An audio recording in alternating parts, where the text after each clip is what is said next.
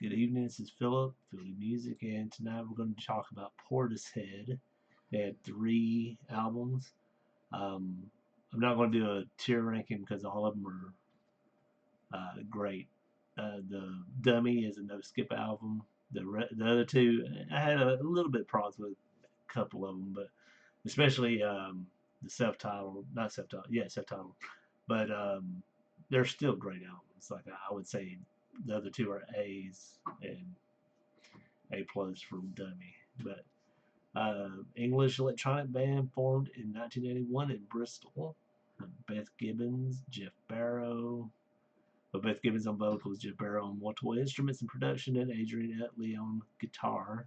Dave McDonald, an audio engineer who helped produce their first two albums, sometimes regarded as the fourth member. This is Dummy 94, fused hip hop production with an atmospheric style reminiscent of spy film soundtracks and yearning vocals from Gibbons. It was met with critical acclaim and commercial success, becoming a landmark album in the emerging trip hop genre. However, the band disliked being associated with the term. I think I read that too, or heard that about Massive Attack and other groups associated with it. The two other studio albums, the self-titled 97, third, and 2008, received similar acclaim, and they also put out a live album, which I'm not really going to talk about, and I haven't listened to it either. I think I've heard some tracks from it though. But yeah, Bristol, England, and the genres associated with them is trip hop, alternative rock, electronic, psychedelic rock, and experimental rock. And yeah, they have not disbanded, so they're still around, and all the members are in it. So I'll just talk about Dummy real quick. Let's start off with that. Let's go to discography. So yeah, Dummy 94 is often credited with popularizing the trip hop genre and frequently cited in lists of the best albums of the 90s. I agree with that. Go ahead and talk about the tracks on this one.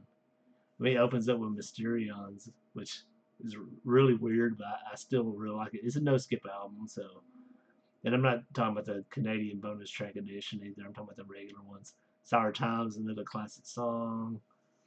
I think my favorites from this one. Let me look at my notes real quick. But I'm pretty sure I wrote down pretty much all the hits were my favorites, or at least Glory Box and Sour Times.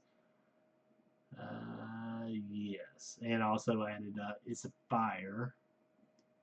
I really love the organ and stuff in that one. So those are my three favorites. So Glory Box to be number one, Sour Times, and It's a Fire. Don't have a least favorite because it's a no skip album, but now everything on this is great. So if you haven't checked it out, I would check out their whole discography. It's pretty short, just three albums. Portishead, the self-titled album. Yeah, it's trip hop mixed with acid jazz in it. So Cowboys, one of my favorite tracks off of this album. Only You, another one, and Humming. Least favorite though, and this is probably the only track by them at least off these three albums I really did not like, is Half Day Closing. I don't know, there's something about the production on that one just grated my ears, and I just didn't like it. So um, maybe it would grow on me on further listens, because I feel like I've listened to this album before, but I haven't listened to it as often as like Dummy. And then finally we have Third, 2008. Going through this pretty quick. So experimental rock, electronic, psychedelic rock, surf rock. Yeah. Yeah, so talking about this doo-wop, film soundtracks of John Carpenter. Yeah. And my favorite tracks off of this one, Silence, The Rip, and Machine Gun. Least favorite was Deep Water, which I can't really say I really hate it, but it's just something that's like, I could probably skip that, to be honest. But I still think it's a great album, and I think it's their second best of their albums. The subtitle is my least favorite. Yeah, and if this is their last word, then they have great discography. I mean, three studio albums that are really good, almost no skips for two of them, and a no skip. So, anyways, yeah, in the comments below, let me know your thoughts on Portishead and their three albums. Which is your favorite? Am I wrong about Half Day Closing?